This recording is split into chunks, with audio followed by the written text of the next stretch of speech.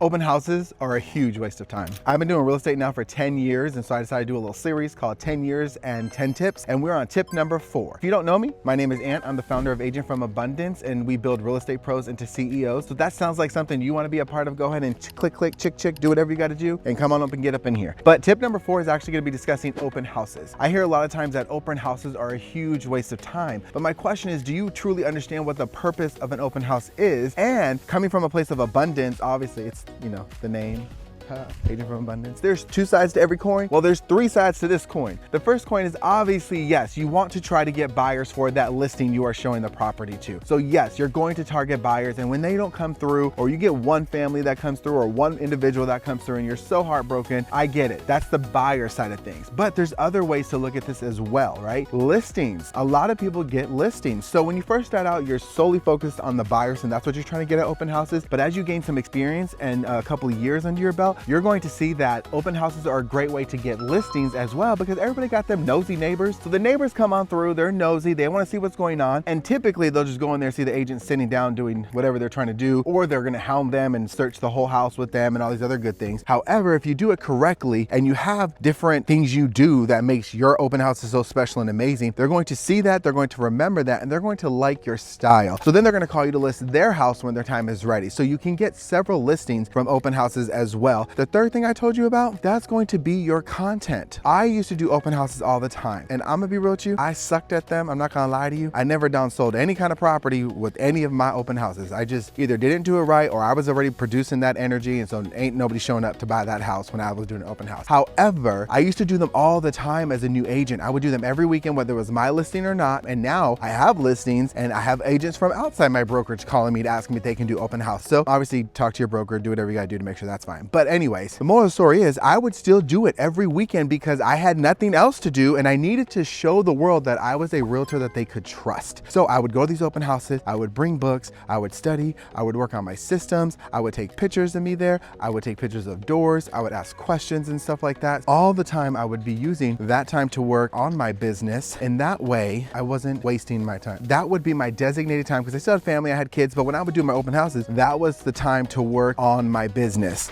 And I would take pictures of different features of the house, I would ask questions, I would do polls, but I would show my sphere of influence on social media that I was an active realtor. So yes, there are 3 sides to look at open houses. Even though I've never sold a single property of any of my open houses, they were still instrumental to the success I had, because it allowed me to provide my audience with content, me as a realtor. So those are the tip number 4. Do as many open houses as you can. Don't be mad that you ain't never got nobody if you don't get nobody. Continue to do them, especially when you ain't got nothing else going on.